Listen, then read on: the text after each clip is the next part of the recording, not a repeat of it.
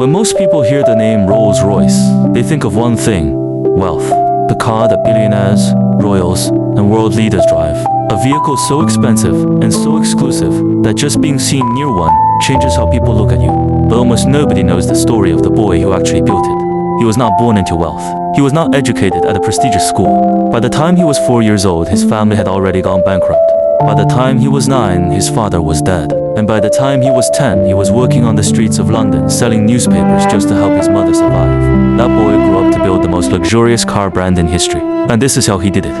Henry Royce was born on March 27, 1863, in a tiny village called Alwalton in Cambridgeshire, England. He was the youngest of 5 children, and from the very beginning, life was a struggle. His father James ran a flour mill, but the business was always teetering on the edge of collapse. When Henry was just 4 years old, the mill finally failed completely. The family went bankrupt, lost everything, and was forced to move to London, desperate for a fresh start. To put food on the table, Henry got his first job at the age of 4. Not a metaphor, a literal job. He worked as a bird scarer on a local farm, walking the fields and making noise to keep birds away from the crops. His pay was 6 pence a week. He was 4 years old. Things did not improve. His father continued to struggle with debt, even in London, working for another flour mill, but never getting ahead. And then when Henry was just 9 years old, his father died. Gone. Leaving behind a widow and 5 children with almost nothing. From that moment, Henry Royce's childhood was over. There was no more school, no more playing in the streets, no more being a child. He went to work full-time, selling newspapers on street corners and delivering telegrams for the post office to help his mother keep the family alive. At just 10 years old, Royce was working in London, first as a newspaper seller and later as a telegram delivery boy. BMW Group, while other children his age were in classrooms, learning to read and write. Henry was navigating the streets of one of the world's biggest cities, learning something far more valuable: how to survive. When Henry was 14, something happened that would alter the direction of his entire life. An aunt who had been watching him from a distance recognized something in the boy that others had missed: raw intelligence and an instinct for how things worked. She used her own modest savings to pay for Henry to become an apprentice at the Great Northern Railway workshops in Peterborough. For the first time in his life, Henry Royce had access to real machinery, real tools, and real engineering. He was immediately extraordinary. His natural aptitude for design and working with his hands was immediately obvious. BMW Group. While other apprentices learned the basics, Henry was already pushing further, studying engineering books at night, teaching himself mathematics, absorbing everything the workshops could teach him, and then reaching beyond it. But just as things were looking up, the opportunity collapsed. After 3 years, his aunt ran into her own financial difficulties and could no longer pay his apprenticeship fees. Henry was forced to leave before completing his training. No certificate, no formal qualification, no connections. Just 3 years of hands-on experience and a burning obsession with making things work perfectly. He moved around, working briefly at a tool-making company in Leeds, then for an electric light company in London. He was always learning, always studying, always pushing himself harder than anyone around him expected. And through all of it, one idea kept growing in his mind. He wanted to build something of his own. In 1884, at the age of 21, Henry Royce took the boldest step of his life. With just £20, roughly the equivalent of a few $100s today, he co-founded a small electrical and mechanical company in Manchester called F.H. Royce and Company with his friend Ernest Claremont. They started by making simple electrical components: fuses, bulb holders, spark plugs, nothing glamorous. But from day one, Henry Royce ran the company with an obsession for quality that bordered on the extreme. He personally inspected every single component that left the workshop. If something did not meet his standard, he took it apart and rebuilt it. He once reportedly spent an entire day rebuilding a small component because it was 1 millimeter off the specification. His workers found him exhausting. His customers found him extraordinary. His relentless pursuit of perfection and commitment to quality earned him a reputation for excellence. The richest orders grew. The company expanded. By the 1890s, F.H. Royce and Company was doing well enough that Henry could afford to think about something he had been dreaming about for years: cars. In 1901, Henry bought his first automobile, a second-hand French car called a Decauville. He drove it once and immediately decided it was not good enough. The engine was rough.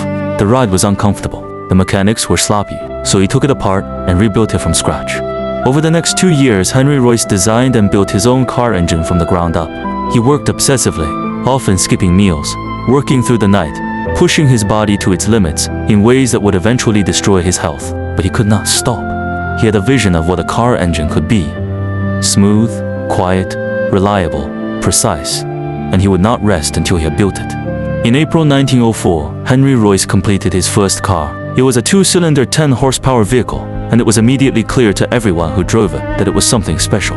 Where other cars of the era rattled, shook, and broke down constantly, the Royce car was smooth and almost silent. Where other engines were unreliable and temperamental, the Royce engine started every time and ran perfectly.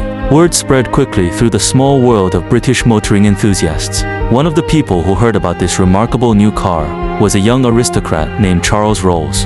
Charles Rolls could not have been more different from Henry Royce. He was young, just 27 compared to Henry's 41. He came from a wealthy, noble family. He had been educated at Eton and Cambridge. He had never worked a day of hard labor in his life. But Charles Rolls shared one thing with Henry Royce, a complete obsession with cars and engines. He was one of the first people in Britain to own a car and had become a successful dealer of French automobiles. He was charming, well-connected, and brilliant at marketing and sales. In December 1904, Charles Rolls and Henry Royce officially created the joint business Rolls-Royce. These two men could not have been more different. Henry was born in poverty and worked for everything he had. Charles was young and had everything handed to him, but each brought a lot to the partnership. Henry had many years of experience building electronics and mechanical objects to perfection, and Charles was more than just a lover of fast cars. He was an incredible businessman who knew how to harness the power of marketing and public relations. The deal was simple. Henry would build the cars, Charles would sell them. Together they would create something neither could achieve alone. From the very first Rolls-Royce vehicles, it was clear this was not just another car company. Henry Royce's obsession with perfection produced engines of a quality that no competitor could match. The cars were quieter, smoother, more reliable, and more refined than anything else on the road.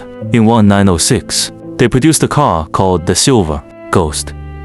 It was tested on a reliability trial, covering over 14,000 miles, an enormous distance for any car of that era. It completed the entire journey without a single mechanical failure. The motoring press called it the best car in the world, and the name stuck. Rolls-Royce became the car of kings, queens, presidents, and the ultra-wealthy. The brand that Henry Royce had built from £20 and a lifetime of poverty became the ultimate symbol of luxury and engineering excellence.